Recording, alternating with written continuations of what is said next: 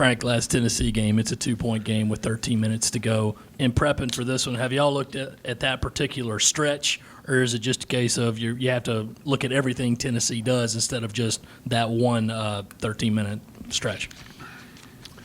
Yeah, I mean, obviously, that's our jobs is to watch that game, which is what we did. At least Bruce and I did that yesterday.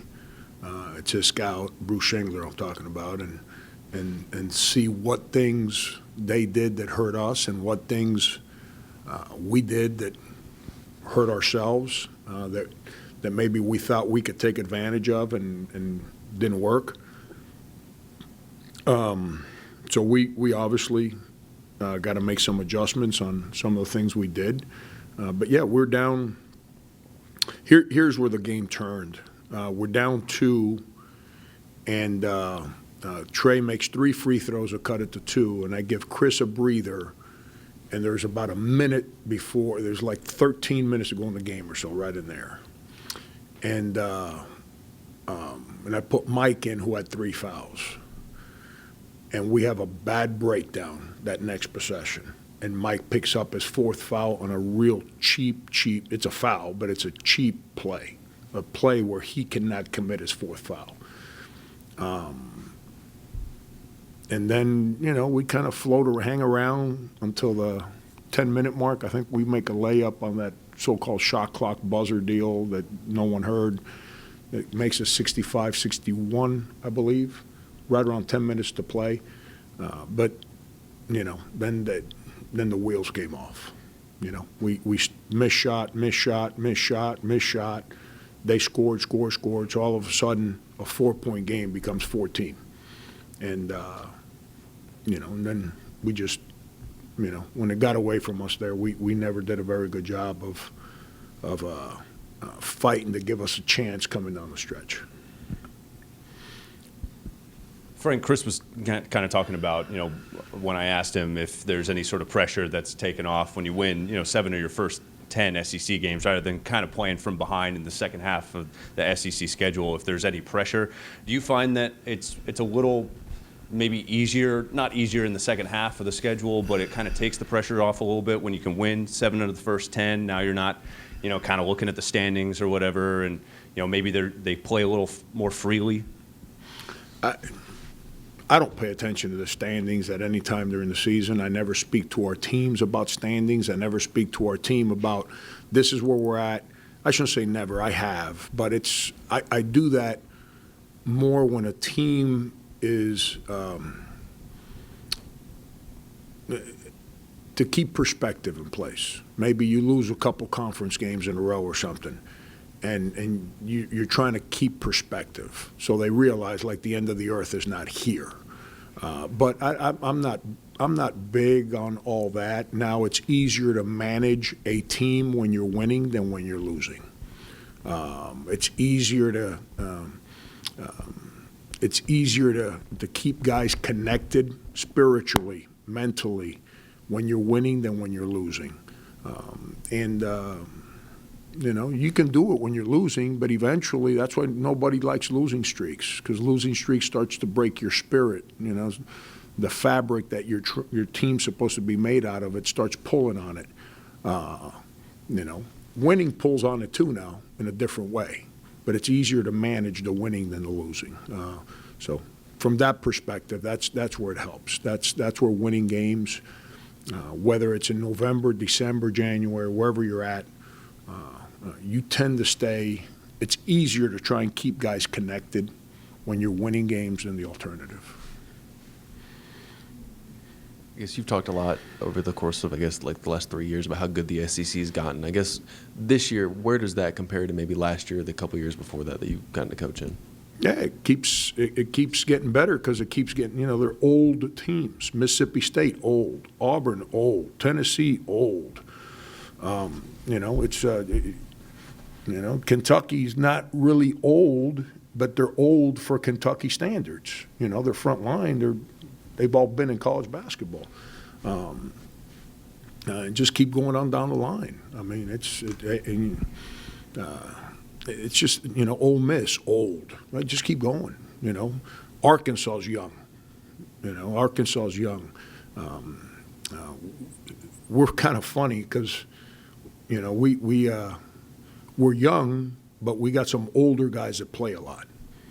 So it's very the teams are very well coached, and you got some real good coaches that have made their players better. So the point guard play in this league right now is just phenomenal. It's just it's good. You don't go into a game and you deal with an average point guard. Like every team has a high level point guard, and and it's going to continue for the next 8 games. Rick, I asked Chris this question. His response was, you referenced Keyshawn. Who do you trust on the floor to get a rebound after Chris? It's potluck. Yeah, well, okay. So who is your best candidate for that, and how does that impact kind of roster management going forward, beyond this year without Chris? Potluck. I ain't worried about roster management right now, man. I'm worried about getting better today. It's pretty much close my eyes and point. Whoever I point at has the same chance as anyone else on the team getting the next rebound. That's been the only thing. If I can tell you that I'm disappointed, I'm not disappointed with anything this team has been through this year. But if anything kind of picks at my nerves a little bit on a consistent basis, it's that. It's our unwillingness. I'll surprise you. A.J. Lawson. He probably rebounds on the defensive end better than anyone else on our team other than Chris. That's been disappointing to me. Because that's a desire thing. That's a pride. Rebounding is a desire. It's a pride thing. It's not. You can coach it all you want. I can teach technique until I'm blue in the face. Some of the best rebounders I've ever coached can care less about technique. They figured out a way to go get the ball. And when they didn't, then you said, hey, man, you got a rebound? If they didn't get it, somebody was being grabbed by the neck and being thrown to the ground because they took pride in rebounding. That's been the one thing that continues to tickle me in a negative way day in and day out. We better rebound it on Wednesday. I'll tell you that. We're gonna have a long night in old Knoxville if we don't engage on the glass. You mentioned after the first Tennessee game going into it, you were concerned about the matchup with Keyshawn on Admiral Schofield. Does that, I guess, persist going into this one? And what does Keyshawn have to do differently this time around to match up better with that kind of guy? It's the same deal. It's the matchup is not. It's not a schematic thing. It's the one guy's 260 pounds, the other guy's 185 pounds. One guy's been in college. Schofield, when he was a freshman, he got his lumps on his head like Keyshawn gets them this year. But Schofield has worked his tail off and made himself into one of the better players in this conference, and it's Keyshawn got to deal with it. We got to help him. We'll show him film. That's where all these rules kind of that we have in place, and they're fair for everybody. So it's not like anyone has an advantage. But like yesterday, I couldn't call Keyshawn in and show him film. It'd be great yesterday, be able, Sunday, day off, no class. Key, come in. Let's sit down. Let's watch film on this. You're not allowed to do it. You know what I mean? Just one-on-one. Just let's spend 20 minutes. Let's help you here. Last time we played, look at the stuff that they did to attack you. This is how you defended. Make the adjustment here. Who's getting hurt by doing that? But we can't do it. So, we got to utilize today best we can and tomorrow to try and catch him up to speed so he can see. And it's not just him. It's everyone that matches up with Schofield. He's a hard matchup at the 3 for most people. So they understand what they try to do and how we got to fight to defend it a little bit better. Coach, kind of building off that theme right there in terms of adjustments, going against Tennessee, you guys played them well, as you mentioned, for 30 minutes. Mm-hmm. In your mind, what will be the key to be able to contend for 40 minutes and give yourselves a real shot at the end of the game? despite that one matchup with Schofield, but the rest of the team as well to stay connected for 40 minutes against a very good Vols team. But when we made mistakes on the perimeter and they got open threes, they made them. When they made mistakes and we got open threes, we missed them. You're not going to beat the number one team in the country shooting layups. I mean, that's the objective, but you got to make jump shots. You know, if you remember, we played Virginia. I said, you're going to beat Virginia, you got to make threes. You're going to beat Tennessee, you're going to have to make your open perimeter shots. And you don't have to make 100% of them. That'd be nice. But you got to make a good percentage of them. And the first time we played, Sonny didn't shoot it good. AJ didn't shoot it good. Keyshawn didn't score. Felipe, I don't think he made a three that game. You know, it just we didn't give ourselves a chance. You know, when we had open opportunities, for the most part, Hassani and AJ, neither one made them, and they got to make them. You know, we beat Arkansas the other day. When AJ was open, he made his threes. When Hassani was open, he made his threes. We need to make some perimeter shots against them. Frank, Jordan Bone was a handful last game. I think he might have tweaked his ankle in their last game, but he should be okay. What's been the biggest adjustment to try to contain him on the perimeter? If I haven't seen their last game yet. If you report that he's out, can we make sure he doesn't play? If you can report that he hurt his ankle, he's been ruled out, we can get Rick Barnes to kind of respect your wishes. I would really, really appreciate that. Seriously, we would really, really appreciate if we can get him ruled out for the game.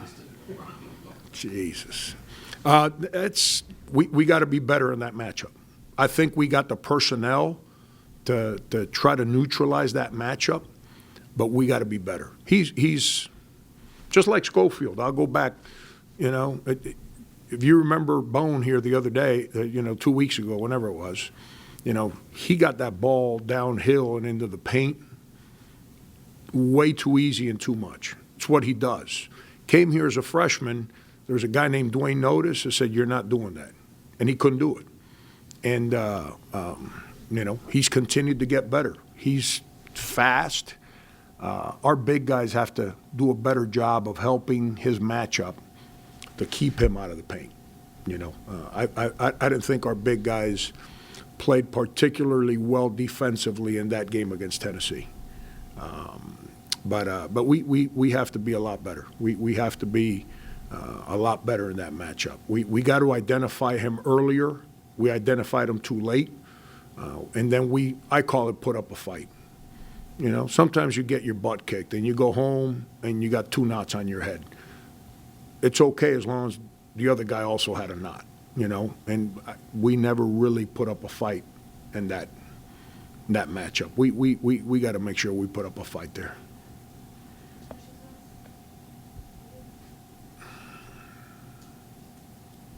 You mentioned Dwayne.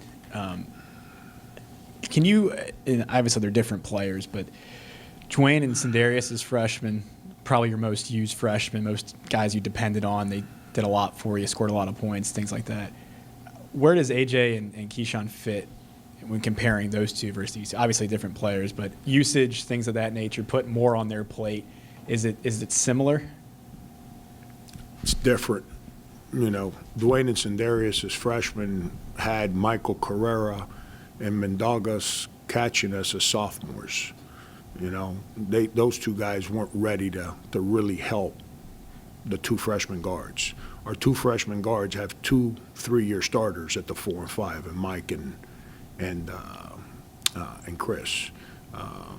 They also have 2 5th-year senior guards in Hassani and Trey Campbell to assist them with the day-to-day responsibility. So it's hard for me to sit there and compare one to the other. I don't know if that makes sense or not. But with all that said, those 2 guys are, I didn't know. I had a better feel for AJ coming into preseason practice than I did for Keyshawn as a player. I knew Keyshawn was athletic, and I knew all this other stuff. But I didn't know if he could handle as a freshman the growth that you have to succeed. And I'm really, really happy with his attention to detail. You know, I want him to play harder. He doesn't understand that yet, but that's coming. He gets it, and he wants to do it. Those two guys they've been a lot better. They're both talented kids. I think anyone that sits there and watches our games can tell that. They're both a lot more mature than I probably thought they were going to be. From, AJ physically and Keyshawn mentally. AJ's a real mature kid mentally. But he's a little bit more mature physically than I thought he was going to be. And Keyshawn's the other way. Keyshawn's a little more physically mature, but he's not as mature mentally. And when I mean mentally mature, I ain't talking about, playing grab ass and all that stuff. I just mean attention to detail, scouting reports, how to accept coaching, how to grow from day to day.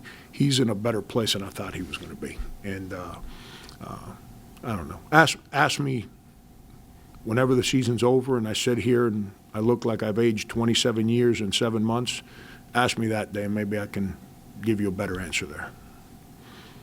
Frank, watching USC and Tennessee, a couple weeks ago, and watching Tennessee and Florida on Saturday, it's kind of the same story. Tennessee, likes to push the pace, especially after a made basket. I'm wondering how you slow that down, because it seemed like sort of the same story between the couple games that I watched from Tennessee. Yeah, that's what our bigs, we say our bigs didn't play well defensively. The immediate reaction is, well, they didn't guard Grant Williams in the low post. Had nothing to do with that. Our bigs didn't do a very good job of helping with Jordan Bone in the open court. Our bigs didn't do a very good job of changing ends of the court, so we get outrun down the court. Our bigs didn't do a very good job on responsibilities on backside rotations. That's where we got to be a lot better. Yesterday, as I was breaking down our film to try and make some adjustments for us to try and get our guys ready today, there's 4 situations where we score and they just get runouts on us. And, that's combination guard, reading the floor, identifying the ball early, and number 2, big guys just flat out getting outrun. I mean, there's no other – I can't sit here and give you another there's not a schematic thing that we can do better. It was a point blank we kind of relaxed, and they make you pay. And that's where Tennessee's experience is good. They play every play. They don't just play when they're in a good mood. They play every play. They play every play. So your team has to play every play. And there's 8-10 points in the game that we gave up just on simple effort running back on defense. We have to eliminate those plays. Now that Justin is not going to be, playing this year, as the season's gone on, where have you seen his absence impact the most? And particularly with this matchup, right? If Justin's playing, he's probably on that Schofield matchup. Is that where it really shows out to you sometimes, those perimeter matchups where he's proven to be, put up a good fight against a guy like that? Yeah, I had a friend of mine from Cincinnati who came to our game day practice at Kentucky. And anytime we play at Kentucky, he comes. And, we're at that hour, 10-minute practice or whatever. And when practice is over, he said, man, Chris Silva don't shut up. I said, no, he's awesome. He don't shut up. He's constantly talking, encouraging, telling people what to do. He said when the bigs were on that side of the floor and the guards were over there, I heard his voice the whole practice. He said, now let me ask you this. He said, your guards talk? I said, that's our problem. That's our problem.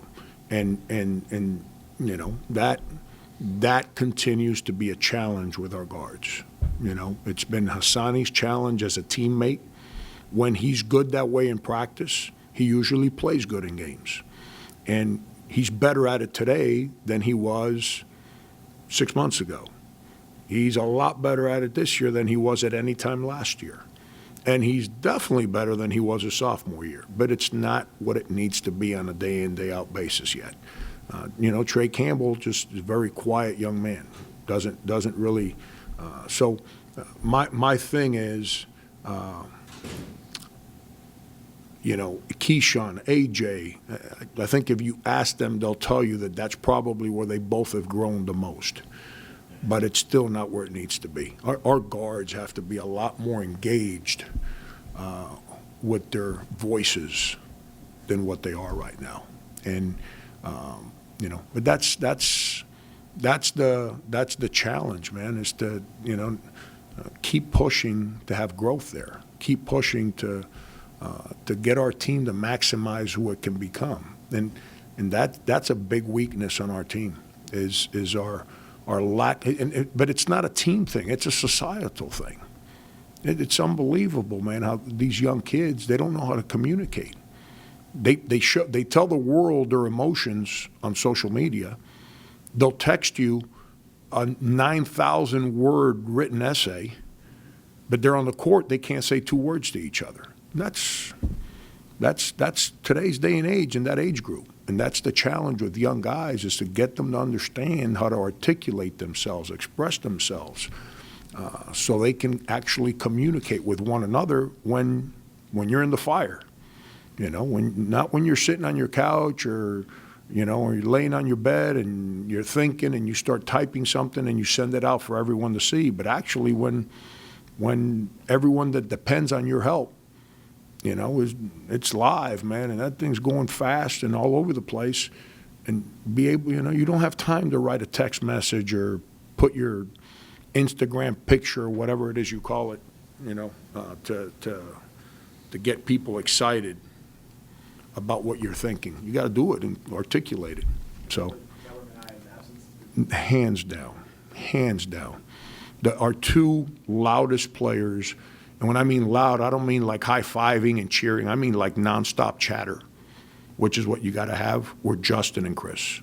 And that's, ever since Justin's been down, that's been a challenge from our guards. And it's another voice. See, the more guys talk, the more it encourages other guys, like it's okay to talk.